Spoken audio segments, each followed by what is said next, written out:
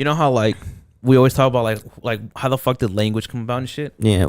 Who the fuck, like when it comes to Counter-Strike's gambling things, I always wonder like how the fuck did they, like, I wonder if they just said fuck it, let's just hope some of these items go for big money in real life and people will start gambling and it'll make us money. Because if y'all don't know, there's like a $1.5 million knife, a pixel knife in Counter-Strike that is a blue karambit gem. I think it's StatTrak 2, pattern 662 or 661 or some shit. No, it's the AK. And if you get that bitch factory new and it's fucking all blue on one side, no scratches and shit, you can make more than $1 million off that bitch. And it's like, who the fuck decided for it? Who in that community was like, it has to be more than $1 million, bro? I don't know, bro. Like, bro, my AK is brand new. Why can't I sell this shit for like I think it's the bro? fandom. I think it's the fandom. You know, the fans decide to make that. They decide to put the prices on the product, and then you have people who are just living a normal life and like, holy shit, maybe I can make some money off of that. Maybe I'll buy it, and then maybe I could resell it, and then, you know, make a profit. And then it's like the whole, it was so weird because like I got into like the whole rabbit hole of that thing.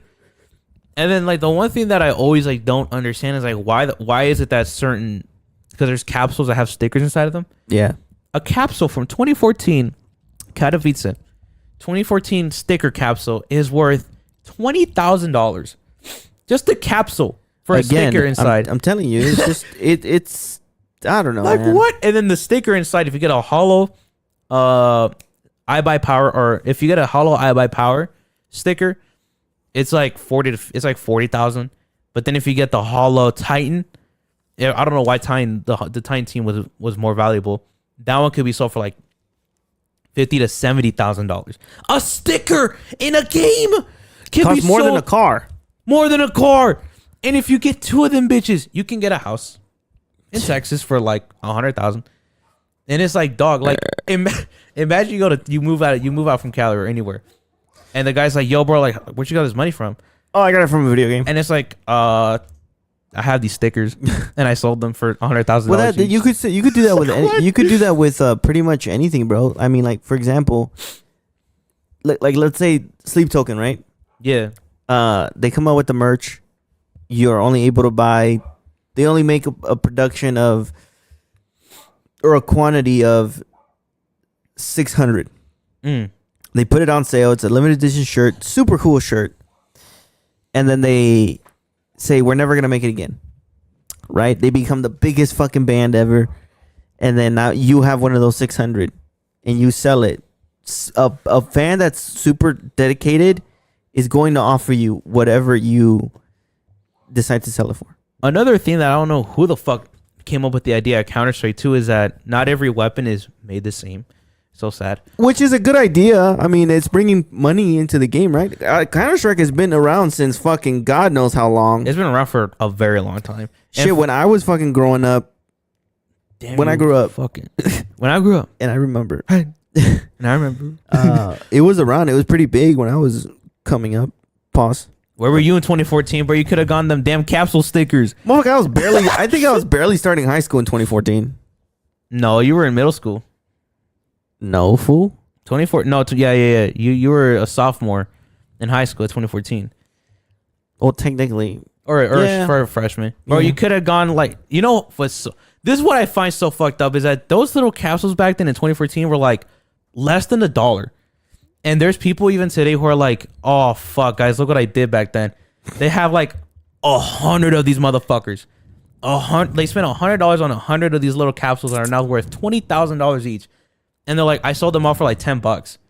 That's fucking crazy. Because like nobody wanted to buy them. And then he's like, fast forward, they're worth like 20,000 each. Well, it's like crypto, you know? Fuck, dude. I remember I stumbled upon, I think it was XRP. What the fuck? No, it was some stupid little crypto coin. And it was less than a fucking, way less than a penny. If I would have put $100 on it, looking at it back now, it's damn near close to 20 cents. I would have been rich as fuck. You would have made some money. I would have made it. Yeah, would have made. Well, think about it. If I bought $100, they say, let's say they gave me, I don't know, 100,000 coins, right? Yeah. And now it's at 20 cents. How much is that? 100,000 times 0.20. I think that's like $20,000, right? That means more than oh, you said 100,000 times 0.20. 20,000. Yeah. Yeah, $20,000. That's a fuck. That's a good money. I would have had $20,000 right now. You know, but then I, because you know more about that shit than I do. If you have $10,000 to sell on like crypto, don't you have to wait for like somebody to buy it off of you, or like, does it just sell like to the fucking market or something? I don't know how that works. I really don't know how that works. I know that for certain cryptos, if you have a limited or amount of a crypto, it'll once you sell it, it'll take you some time to actually gain the money back. Oh, because I remember seeing something about like you can't, because it doesn't have like, I don't think it has any cash value. Like it doesn't have any cash value. Like for example, Bitcoin, I think it might have cash value now because it's pretty big. So if you think about it, crypto, or Bitcoin, excuse me, Bitcoin, you could sell it and for cash pretty much, because it's become so big and popular that one Bitcoin is worth like 80. I think it dropped down back to 80,000, so, or 90 something thousand. So if you sell one Bitcoin, you there's almost damn near $100,000. And then I should have told my brother to invest in Bitcoin when it first started. We would have been fucking generationally we would have been the fuck out of here by now.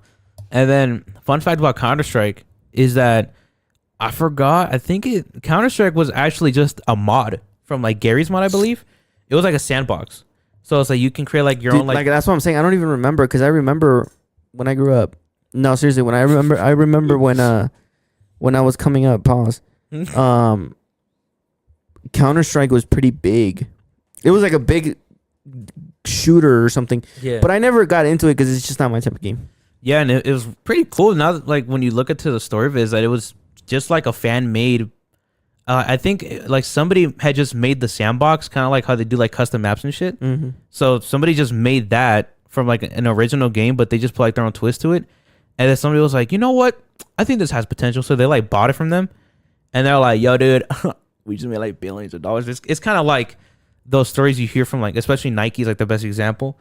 Like the person who made the swoosh logo gets like a literal lifetime of like Nike merch. They have like, what is it, like 5 to 10% of like, they own like 5 or 10% of the actual company. Yeah, I heard some just guy, because they fucking made that swoosh logo. I heard the guy got paid from shares, like in shares. Yeah. Like he didn't get paid. I think he only got paid like $100 cash, or like $10 cash or something like that. I could be wrong. That shit's and so then wild. like a couple of shares in the market, and now he's probably worth more than. He's most definitely made billions at Yeah. this point in his life.